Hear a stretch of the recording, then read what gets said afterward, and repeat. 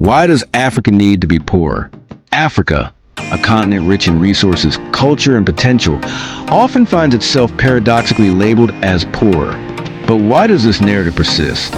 Why is Africa often depicted as a land of struggle despite its immense wealth? This documentary seeks to unravel complexities behind this question and spotlight a leader who dares to challenge the status quo. Abraham Traoré of Burkina Faso. Before we go into the topic, if you enjoy the content on the channel, please subscribe. It means a lot to us because it will give us the strength and bravery to prepare content that will awaken all of us and provide a clear direction for the next generation.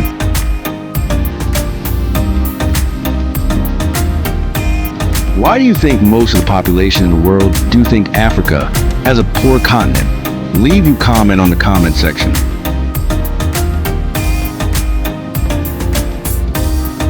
For centuries, the narrative of poverty in Africa has been fueled by external perceptions, historical exploitation, and systemic inequalities.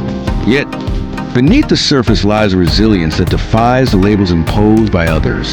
Today, we delve into the heart of Burkina Faso, a nation that exemplifies the struggle and the visionary leadership of Abraham Traoré, who is charting a new course for his people.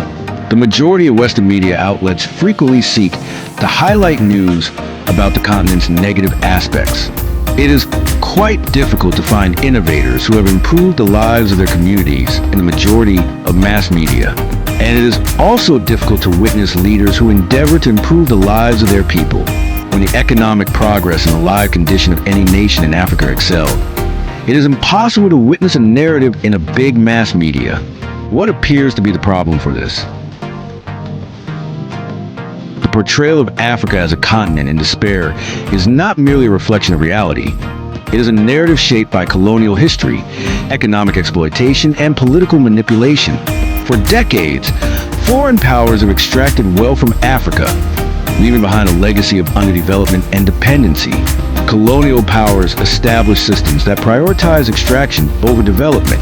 This legacy still affects Africa today, as many nations struggle against the remnants of exploitation and systemic inequality. Despite these challenges, Africa is home to vibrant cultures, innovation, and a spirit of resilience. The question remains, how can this potential be unleashed? Ibrahim Traoré, the young leader of Burkina Faso, is an example that every African leader should learn from. Traoré's vision is currently making headlines across the continent. Abraham Traoré, a leader whose vision for Burkina Faso challenges the conventional narrative. Since taking office, Traoré has been committed to breaking the cycle of poverty and dependency, advocating for policies that prioritize local resources and self-sufficiency. Every leader in Africa have to say, we must empower our people to take charge of their own development. We have the resources. We must learn to harness them for our benefit. Traoré's policies focus on sustainable agriculture, education, and infrastructure development. By investing in local industries and promoting agricultural self-sufficiency, he aims to reduce dependency on foreign aid and create jobs for the youth. One of Traoré's significant initiatives is the establishment of farming cooperatives that empower local farmers. By providing training, resources, and access to markets, these cooperatives are turning the tide on food insecurity and poverty. With the support of the cooperatives, they are growing more food than ever. Now they can feed their families and sell the surplus, which helps the community thrive. Education is another cornerstone of Traoré's vision. By investing in schools and vocational training, he is equipping the next generation with the skills needed to drive innovation and economic growth. During his 2 years in power, he established local companies that use various local agricultural goods, such as tomato sauce factories. He also prohibited the export of raw gold and insisted on the mine minister's involvement in the establishment of several gold processing companies, which are now better managed than ever.